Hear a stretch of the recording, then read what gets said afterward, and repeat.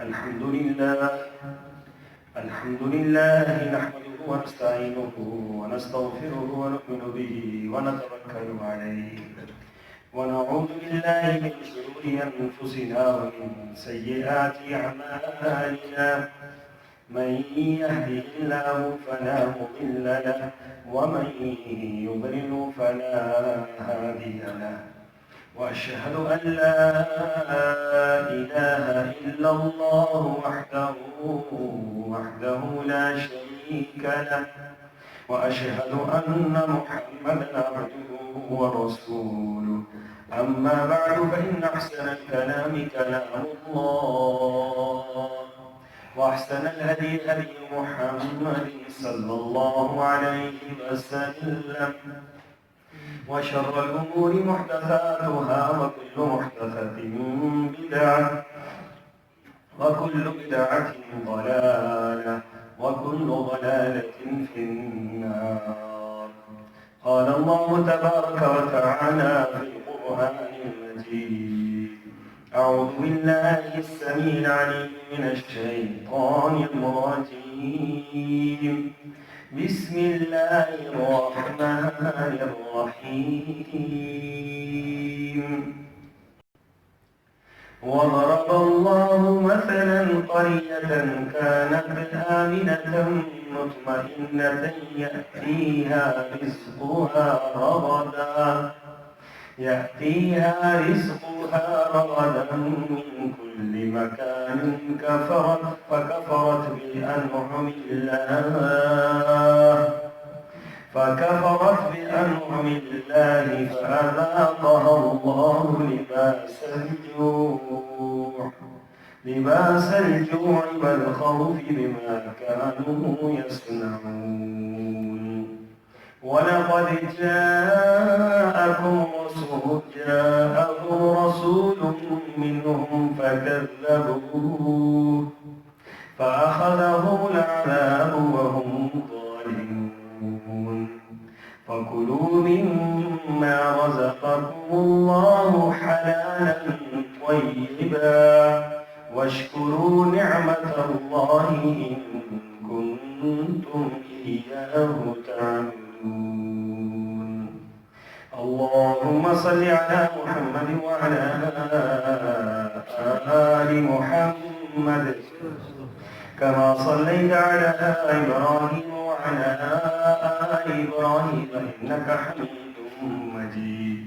اللهم بارك على محمد وعلى آل محمد كما باركت على إبراهيم وعلى آل إبراهيم إنك حميد مجيد. سبحانك لا علم لنا إلا ما علمتنا إنك أنت العليم الحكيم.